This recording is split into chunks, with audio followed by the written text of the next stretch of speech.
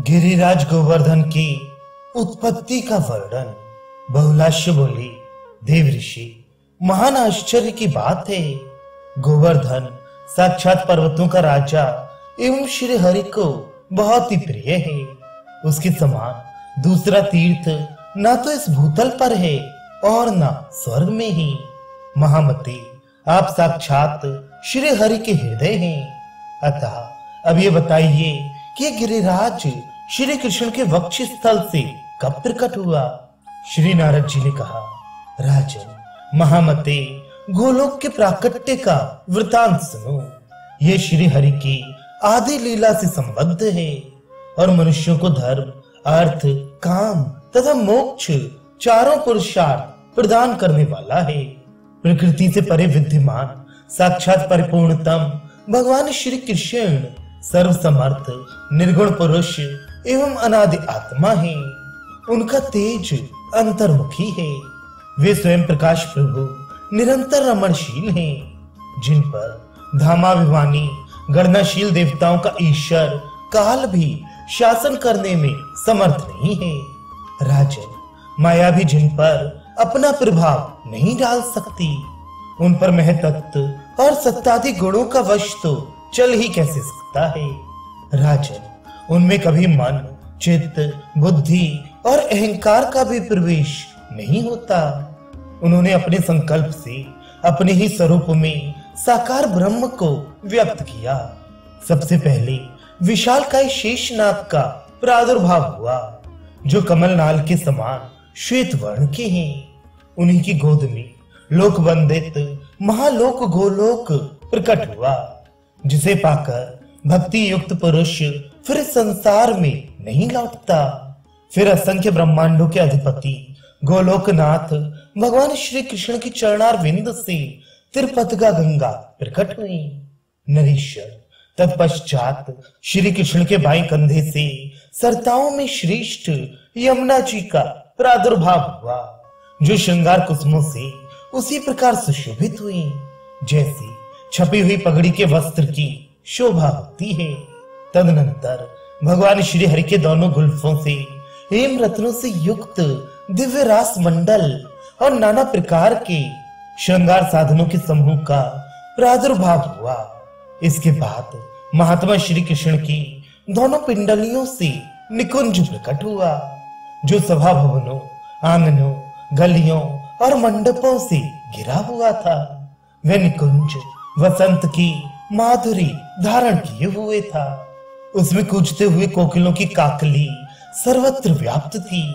मोर, भ्रमर तथा विविध सरोवरों से भी वह परिशोभित एवं परिसेवित दिखाई देता था। राजन, भगवान के दोनों घुटनों से संपूर्ण वनों में उत्तम श्री वृंदावन का आविर्भाव हुआ। साथ ही उन साक्षात परमात्मा की दोनों जांघों से लीला सरोवर प्रकट हुआ। उनके कटी प्रदेश से दिव्य रत्नों द्वारा जटित प्रभामयी स्वर्ण भूमि का प्राकट्य हुआ और उनके उदर में जो रोमावलियां हैं, वे ही विस्तृत माधवी लताएं बन गईं। उन लताओं में नाना प्रकार के पक्षियों के झुंड सब ओर फैलकर कलरव कर रहे थे। गुंजार करते हुए भ्रमर उन लता कुंजों की शोभा बढ़ा रहे थे।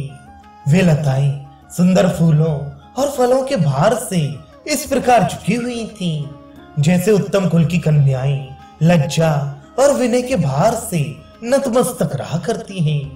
भगवान के नाभि कमल से सहस्त्रों कमल प्रकट हुए, जो हरिलोक के सरोवरों में इधर उधर सुशोभित हो रहे थे। भगवान के तिरुवल्ली प्रांत से मंदगामी और अत्यंत शीतल समीर प्रकट हुआ और उनके गले की हंसली से मथुरा तथा द्वारका इन दो पुरियों का प्रादुर्भाव हुआ। श्री हरि की दोनों भुजाओं से श्री दामा आदि 8 पार्षद उत्पन्न हुए। कलाइयों से नंद और कराग्र भाग से उपनंद प्रकट हुए। श्री कृष्ण की भुजाओं के मूल भागों से समस्त वृष भानुओं का प्रादुर्भाव हुआ। नरेश्वर, समस्त गोपगण श्री कृष्ण के रोम से उत्पन्न हुए हैं। श्री कृष्ण के मन से गौओं तथा धर्म धुरंधर वृषभों का प्राकट्य हुआ। मैथिलेश्वर, उनकी बुद्धि से घास और झाड़ियां प्रकट हुई। भगवान के बाएं कंधे से एक परम कांतिमान गौर तेज प्रकट हुआ, जिससे लीला, श्री, भूदेवी, विरजा तथा अन्य हरिप्रियाएं आविर्भूत हुई। भगवान की प्रियतमा जो श्री राधा हैं, उन्हीं को दूसरे लोग लीलावती या लीला के नाम से जानते हैं। श्री राम की दोनों भुजाओं से विशाखा और ललिता, इन दो सखियों का आविर्भाव हुआ। नरेश्वर, दूसरी जो सहचरी गोपियां हैं, वे सबके सब राधा के रोम से प्रकट हुई हैं। इस प्रकार मधुसूदन ने गोलोक की रचना की है। राजन, इस तरह अपनी संपूर्ण लोक की रचना करके असंख्य ब्रह्मांडों के अधिपति परात्पर परमात्मा परमेश्वर परपूर्ण देव श्री हरि वहां श्री राधा के साथ सुशोभित हुए। उस गोलोक में एक दिन सुंदर रास मंडल में जहां बजते हुए नुपुरों का मधुर शब्द गूंज रहा था, जहां का आंगन सुंदर छत्र में लगी हुई मुक्ता फल की लड़ियों से अमृत की वर्षा होती रहने के कारण रस की बड़ी बड़ी बूंदों से सुशोभित था। मालती के चंदोबों से स्वतः झड़ते हुए मकरंद और गंध से सरस एवं सुवासित था, जहां मृदंग, ताल ध्वनि और वंशी नाद सब ओर व्याप्त था, जो मधुर कंठ से गाए गए गीत आदि के कारण परम मनोहर प्रतीत होता था, तथा सुंदरियों के रास रस से परिपूर्ण एवं परम मनोरम था। उसके मध्य भाग में स्थित कोटि मनोज मोहन हृदय वल्लभ से श्री राधा ने रसदान कुशल कटाक्षपात करके गंभीर वाणी में कहा। श्री राधा बोली, जगदीश्वर, यदि आप रास में मेरे प्रेम से प्रसन्न हैं, तो मैं आपके सामने अपने मन की प्रार्थना व्यक्त करना चाहती हूँ। श्री भगवान बोले, प्रिय वामोरु, तुम्हारे मन में जो इच्छा हो मुझसे मांग लो। तुम्हारे प्रेम के कारण मैं तुम्हें अदेय वस्तु भी दे दूंगा। श्री राधा ने कहा, वृंदावन में यमुना के तट पर दिव्य निकुंज के पार्श्व भाग में आप रास रस के योग्य कोई एकांत एवं मनोरम स्थान प्रकट कीजिए। देवदेव, यही मेरा मनोरथ है।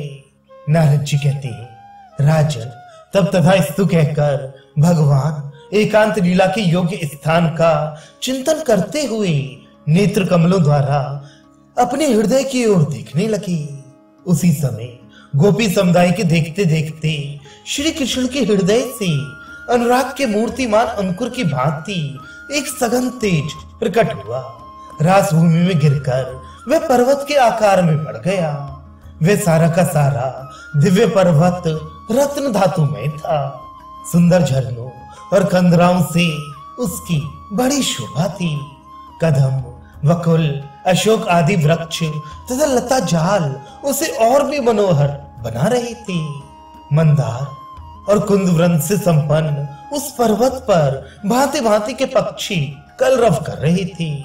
विधेयराज, एक ही क्षण में वह पर्वत 1,00,000 योजन विस्तृत और शेष की तरह 100 कोटि योजन लंबा हो गया। उसकी ऊंचाई 50 करोड़ योजन की हो गई। 50 कोटि योजन में फैला हुआ वह पर्वत सदा के लिए गजराज के समान स्थित दिखाई देने लगा। मैथिल, उसके कोटि योजन विशाल सैकड़ों शिखर दीप्तिमान होने लगे। उन शिखरों से गोवर्धन पर्वत उसी प्रकार सुशोभित हुआ, मानो स्वर्णमय उन्नत कलशों से कोई ऊंचा महल शोभा पा रहा हो। कोई कोई विद्वान उस गिरी को गोवर्धन और दूसरे लोग शतशृंग कहते हैं। इतना विशाल होने पर भी वह पर्वत मन से उत्सुक सा होकर बढ़ने लगा। इससे गोलोक भय से विवल हो गया और वहां सब ओर कोलाहल मच गया।